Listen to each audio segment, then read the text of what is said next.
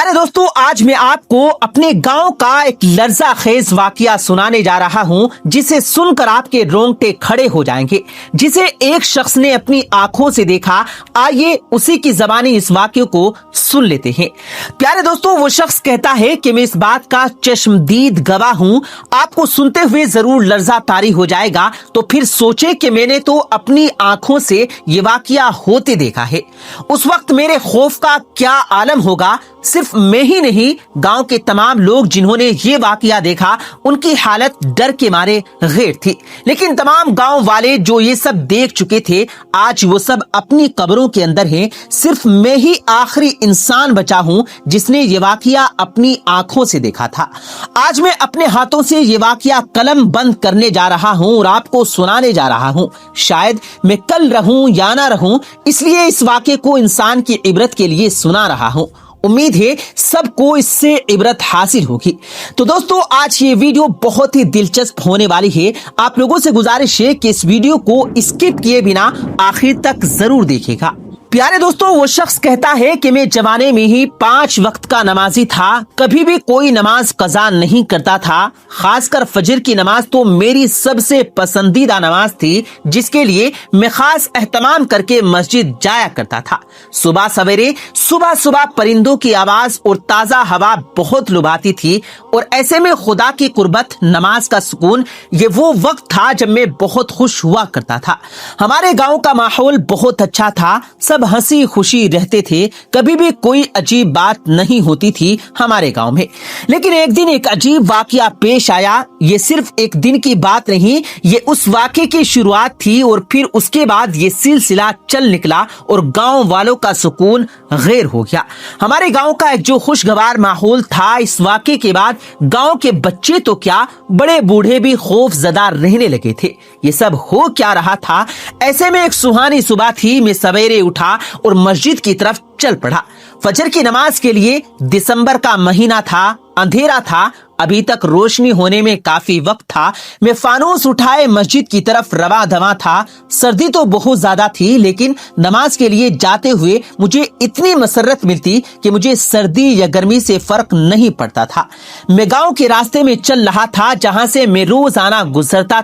मेरे गांव से मस्जिद थोड़ा दूर थी। मुझे इस बात की खुशी थी कि नमाज के लिए मुझे बहुत ज्यादा चलना पड़ता है, इससे मेरी नेकियों में मजीद इजाफा होता है। मैं खुशगवार मूड में चलता जा रहा था कि अचानक मुझे ठोकर लगी और मैं गिरते गिरते बचा। मैंने देखा कि मुझे लगा कि शायद कोई पत्थर है, लेकिन ये पत्थर नहीं था, बल्कि ये तो एक औरत थी। एक जवान और खूबसूरत औरत, जो फानूस की रोशनी में उसका खूबसूरत चेहरा नजर आया। लेकिन वो इस हालत में पड़ी हुई थी कि उसे देखकर मैं परेशान हो गया। उस सड़क के बीचों बीच बेहोशी की हालत में पड़ी थी। लेकिन सबसे हैरत की बात ये थी कि इसका पेट बढ़ा हुआ था, जैसे कि वो 9 महीने की कोई प्रेग्नेंट औरत हो। उसे देखकर मैंने अंदाजा लगाया कि वो हामला है, और शायद इसी वजह से उसकी ये हालत गैर हो रही है। लेकिन ये औरत आई कहां से? ये हमारे गांव की तो हरगिज नहीं थी, और हमारे गांव की औरत भला सड़क के बीचों बीच इस हालत में क्यों पड़ी होगी? इस औरत की यह हालत काबिल रहम थी। मैं उस वक्त अकेला था, आसपास कोई नजर नहीं आ रहा था। मस्जिद थोड़ी दूर थी। मैं परेशान हो गया कि अब क्या करूं। मैंने उसे उठाने की कोशिश की, लेकिन मुझसे ना हो सका। मजबूर होकर मैं जल्दी से मस्जिद गया, जहां पर नमाजी जमा हो चुके थे। मैंने कहा कि तुम सब लोग मेरी मदद करें, एक औरत को हमारी मदद की जरूरत है। मेरी बात सुनकर वो फौरन मदद को आए। उन्होंने किसी तरह उस औरत को उठाया और गांव में मौजूद डेरे पर ले आए और 4 पाई पर लिटा दिया। गांव की दाई को बुलाया गया, कुछ औरतों को बुलाया ताकि वो उसकी हालत का अंदाजा लगा सके। उस औरत की हालत देखकर लग रहा था कि उसकी हालत बहुत नाजुक है, वो जिंदा नहीं रह सकती। तमाम लोग आहिस्ता आहिस्ता जमा होते गए उस औरत को देखने के लिए। दाई ने कहा कि उसके पेट में मुर्दा बच्चा है और ये भी जिंदा नहीं बच सकती, और थोड़ी ही देर में वो औरत मर गई। हम सब गांव वालों को बहुत अफसोस हुआ। वो कौन थी, कहां से आई थी, कुछ मालूम नहीं था। कभी किसी ने उसे यहाँ पर देखा भी नहीं था। पूरे गांव में ये खबर जंगल की आग की तरह फैल चुकी थी। सारा दिन सबको उस औरत के मरने का अफसोस रहा, और यही मौजू ज़ेरे बहस चलता रहा।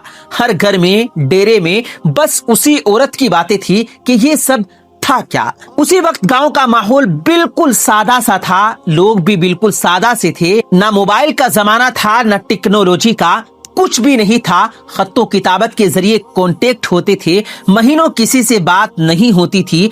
अगर कोई शहर से बाहर होता तो एक टेलीफोन करने के लिए मीलों दूर जाकर शहर से फोन करना पड़ता था। अगर किसी से बात करनी हो तो एक फोन कॉल का खर्चा भी बहुत ज्यादा होता था। दिन यूं ही गुजर गया, रात गई और सुबह हो गई। लेकिन फिर एक आजमाइश हम गांव वालों के लिए तैयार खड़ी थी। एक दूसरी जगह से एक औरत उसी हालत में मिली, वो भी 9 महीने की हामला थी। गांव वाले उसे फिर से बचाने की कोशिश करने लगे, लेकिन वो भी मर गई। अजीब सा खौफ और हरास गांव में फैल चुका था कि ये सब हो क्या रहा है। किसी को समझ नहीं आ रहा था। गांव के लोग बिल्कुल सादा थे, वो मामले की तह तक नहीं जा सकते थे। कोई कहता था कि ये चौधरियों का काम है, तो कोई कहता था ये किसी पीर बाबा का काम है या किसी जादूगर का। हर कोई अपनी अपनी कयास आरा यहाँ कर रहा था। लेकिन मसला ये सिर्फ था कि सिर्फ हामला औरत ही बेहोश क्यों पड़ी हुई है और फिर वो क्यों मर जाती है। सबसे अजीब बात ये थी कि वो 9 माही की हामला औरतें होती थी जिनके बच्चे पेट में ही मुर्दा हो चुके होते थे। दोनों औरतों में यही एक कॉमन चीज थी। अभी गांव वाले पूरी तरह से संभले भी नहीं थे। अगली सुबह एक और औरत उसी हालत में मिली और वो भी मर गई।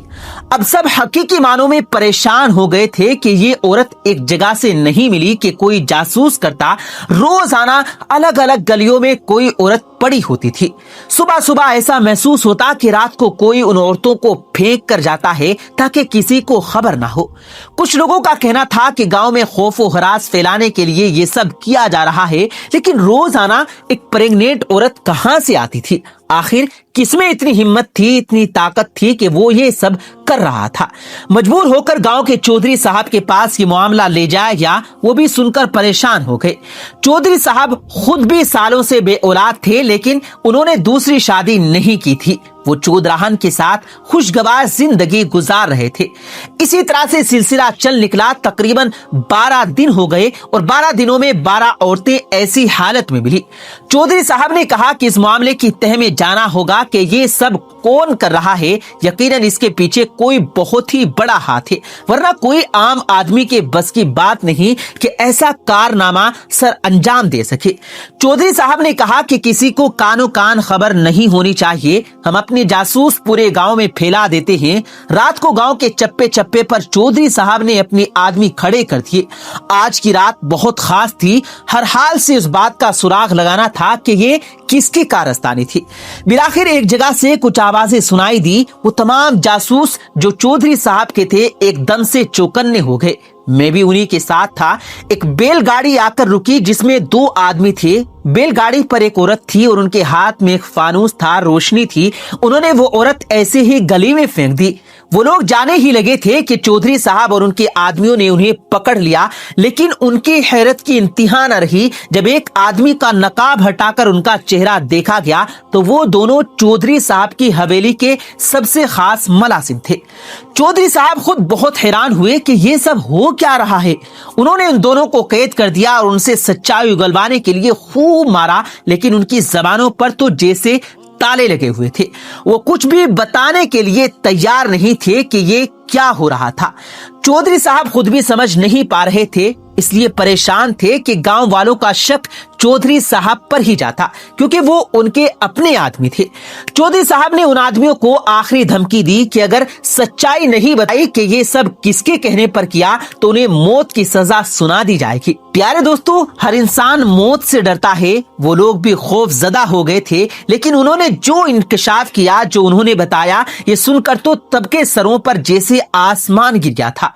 कोई इतना सफाक भी हो सकता है? ये किसकी कारस्तानी थी? इसका नाम तो सुनकर चौधरी साहब को जरा यकीन नहीं आ रहा था कि उनके घर का ही बेदी था जो लंका ढा रहा था, यानी कि ये तमाम काम चौधराहन का था। चौधरी साहब ने तमाम गांव वालों के सामने चौधराहन को बुलाया और इंसाफ का तमाम मामला कर दिया। चौधरी साहब इंसाफ पसंद थे, इसलिए सब कुछ गांव वालों के सामने करना चाहते थे। अगर गुनहगार उनके घर का हो, उनके रिश्तेदार हो, तब भी वो उनके साथ किसी किस्म की रियायत नहीं करते थे। उन्होंने तमाम गांव वालों के सामने चौधराहन को बुलाया और कहा कि तुम्हारा गुनाह सामने आ गया, अब बताओ कि तुमने ये सब क्यों किया। सबने देखा कि चौधराहन का परेशानी से बुरा हाल था, वो अपना गुनाह कबूल करने पर तैयार नहीं थी। बिलाखिर उसकी मुलाजमा बोल पड़ी। मुलाजमा ने कहा कि ये उसको अपने साथ लेकर जाती है एक पीर बाबा के पास। उस पीर बाबा ने चौधराहन से कहा कि तुम 40 प्रेग्नेंट औरत की कुर्बानी दे दो, तब तुम्हें औलाद हो जाएगी। इसी मकसद के लिए ये अलग इलाकों से चौधराहन के आदमी 9 महीनों की प्रेग्नेंट औरतों को लेकर आते थे और रोजाना जहर देकर उनकी जान लेकर उन्हें फेंक देते थे। अब तक तो सिर्फ 12 औरतों के साथ ये सब हुआ था। चौधराहन को 40 का हिस्सा पूरा करना था। ये एक तरह का चिल्ला था जो पीर बाबा ने उसे बया था। नौकरानी की बात सुनकर सब गांव वालों की रूहें लरस गई थी कि ये कैसी कुर्बानी थी। अपनी औलाद को हासिल करने के लिए दूसरी औलादों की कुर्बानी। सब हैरान थे कि चौधराहन अपनी औलाद की ख्वाहिश के पीछे इतनी अंधी हो चुकी थी कि उसे फर्क नहीं पड़ता था किसी की जान लेने से। कितनी आसानी से उसने औरतों को जहर दे दिया था। न सिर्फ औरतें बल्कि उनके पेट में पलने वाले बच्चे भी। चौधरी साहब उसको नजर न आए उस इंकिशाफ पर तो चौधरी साहब हैरान और परेशान थे। चौधरी साहब दूसरी शादी करना चाहते थे, शायद इसीलिए चौधराहन ने ये सब किया था। पहले कभी चौधरी साहब ने दूसरी शादी की बात नहीं की थी, लेकिन शायद खानदान के दबाव में आकर उन्होंने दूसरी शादी का फैसला किया जो चौधराहन से बर्दाश्त नहीं हुआ। औलाद के हुसूल के लिए, वो सोतन से बचने के लिए उसने जाली पीर की बातों में आकर 12 जानें ले ली थी। न सिर्फ 12 जाने बल्कि उनकी कोख में पलने वाले बच्चों को भी जान से मार दिया था। ये ऐसा दिल दहला देने वाला वाकया था दोस्तों, जिसे सुनकर तमाम गांव वालों के रोंगटे खड़े हो गए थे। शैतान न सिर्फ पीर बाबा था खुद, बल्कि चौधराहन पर उस कदर आदी हो चुका था कि उसे फर्क ही नहीं पड़ रहा था कि वो जो कर रही है वो किस कदर खुदा के कहर की वजह बन सकता है। आज जब भी इस वाकये को सुनता हूँ, चौधराहन को सजा तो सुनाई गई चौधरी साहब ने, लेकिन इससे पहले उस पीर बाबा को बुलाया गया जिसने ये सब करने को कहा था। मालूम हुआ कि चौधराहन ने अपना तमाम जेवर उसको दे रखा था और पीर बाबा ने जेवर के बदले ये अमल करने को कहा। और चौधराहन का इरादा था कि चौधरी साहब को कहेगी कि उनका जेवर चोरी हो गया। प्यारे दोस्तों, वो शख्स कहता है कि आज मेरी उम्र 60 साल के करीब हो चुकी है, लेकिन मेरे जहन में वो वाकया आज भी इसी तरह तरोताजा है। वो शख्स कहता है कि मैं सोचता हूँ कि औलाद की ख्वाहिश इंसान से क्या कुछ नहीं करवाती। कुछ कहते हैं कि औलाद और माल फितना है। अल्लाह हम सबको इन फितनों से महफूज रखे और हमें ऐसी औलाद दे जो हमारी मगफिरत की वजह बने, ना कि हमारे गुनाहों में इजाफे की वजह बने। जनाब दाऊद ताहिर रहमतुल्लाह अलैह फरमाते हैं कि उनके शहर में एक समीर नाम का लड़का रहता था जिसको अपनी चचेरी बहन से मोहब्बत हो गई थी। वो दिल ही दिल में अपनी चचेरी बहन को चाहने लगा था, मगर हालात ऐसे थे कि वो कभी भी उसको अपने दिल की बात नहीं कह पाता और लड़की के बाप ने लड़की का रिश्ता कहीं और तय कर दिया और उसकी शादी कहीं और हो गई। चंद साल गुजरे, उस लड़की के यहाँ 3 बच्चे हुए और फिर एक दिन उसका शोहर सख्त बीमार हो गया और इस किधर बीमार हुआ कि 4 पाई से उठने के काबिल नहीं रहा। यानी कि उसके शोहर ने 4 पाई पकड़ ली और हर वक्त वो 4 पाई पर पड़ा रहता। बच्चों पर फाकों की नौबत आन पहुंची। एक तरफ घर में बीमार शोहर पड़ा हुआ था, उसका इलाज करवाने की फिक्र थी, उसके बच्चे एक तरफ भूख से तड़प रहे थे, उनके लिए खाने पीने का इंतजाम भी करना था।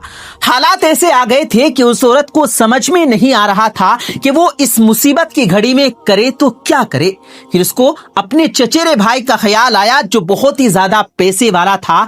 उसने सोचा कि आसपास जाकर मदद मांग ले, शायद वो मदद कर दे। ये सोचकर वो लड़की अपने चचेरे भाई के दरवाजे पर पहुंची। उसका दरवाजा खटखटाया। समीर ने दरवाजा खोला तो देखा कि उसकी कजन दरवाजे पर खड़ी है। समीर कहने लगा अंदर आ जाओ, और फिर जब वो लड़की अंदर आ गई तो वो कहने लगा कहो क्या बात है, आज यहाँ कैसे आना हो गया। उस लड़की ने बताया कि तुम तो चाहते हो कि तुम्हारा बहनोई कई दिनों से बिस्तर पर पड़ा हुआ है, उनके जिस्म काम करने की ताकत नहीं बची है, घर में 3 बच्चे जो भूख से निढाल हैं, शोहर की दवा इलाज भी करवाना है और बच्चों का पेट भी पालना है। اے میرے بھائی، غریبی نے ہم کو جکڑ لیا، غریبی نے ہم کو پکڑ لیا، بچوں کی بھوک اور پیاس مجھ سے دیکھی نہیں جا رہی۔ آج تک میں نے کسی اور کے آگے اپنا ہاتھ نہیں پھیلایا، مگر آج بچوں کی بھوک نے مجھے مجبور کر دیا ہے کہ میں تمہارے دروازے تک آن پہنچی ہوں۔ تم میرے چچا زاد بھائی ہو، اس لیے تم سے تھوڑی سی مدد مانگنے آ گئی ہوں۔ چاہے زکوٰۃ دے دو، خیرات دے دو، جو سمجھ کر دینا ہے وہ سمجھ کر دے دو، بھلے کچھ بھی سمجھ کر دے دو، مگر میری مدد کر دو تاکہ میں اپنے بچوں کو کھانا کھلا سکوں۔ تمہیں معلوم ہوگا کہ رشتہ داروں میں زکوٰۃ اور خیرات دینے کا ثواب 2 گنا ہوتا ہے۔ میں تو تمہاری چچیری بہن ہوں۔ یہ سن کر سمیر نے اس سے کہا کہ آج میں پہلے تم سے اپنے دل کی بات کہنا چاہتا ہوں۔ جب تمہاری شادی نہیں ہوئی تھی اس وقت تم سے میں بہت پیار کرتا تھا، دل ہی دل میں تم سے بہت محبت کرتا تھا۔ سوچتا تھا کہ آج میں تمہیں بتاؤں گا، کل بتاؤں گا یا پرسوں بتاؤں گا، مگر مجھے کبھی موقع نہیں مل پایا اور تمہارے باپ نے تمہارا رشتہ کہیں اور طے کر دیا۔ تمہیں میں بہت چاہتا تھا اور آج بھی بہت چاہتا ہوں۔ اب تمہارا نکاح تو میرے ساتھ نہیں ہو سکتا کیونکہ اب تم کسی اور کی ہو اور میری بھی اب بیوی بچے ہیں، لیکن ہاں میرے دل میں تمہارے لیے محبت ابھی بھی ویسی ہی ہے، اس لیے میں تمہاری ہر طرح سے مدد کرنے کے لیے تیار ہوں، مگر اس کے لیے تمہیں بھی میرا ایک کام کرنا ہوگا۔ آج کی رات مجھ سے ملنے کا وعدہ کریں، یعنی کہ آج کی رات تمہیں میرے پاس آنا ہوگا اور اپنے آپ کو میرے حوالے کرنا ہوگا۔ یہ سن کر وہ لڑکی کانپ گئی، بولی شرم کرو، تم کیسی باتیں کر رہے ہو؟ تم تو میرے چچا زاد بھائی ہو اور تمہیں پتا ہے کہ میرے گھر میں شوہر اور 3 بچے ہیں۔ سمیر نے کہا تو پھر تم سوچ لو، ایک طرف تمہارا بیمار شوہر ہے، دوسری طرف تمہارے 3 چھوٹے چھوٹے بچے ہیں۔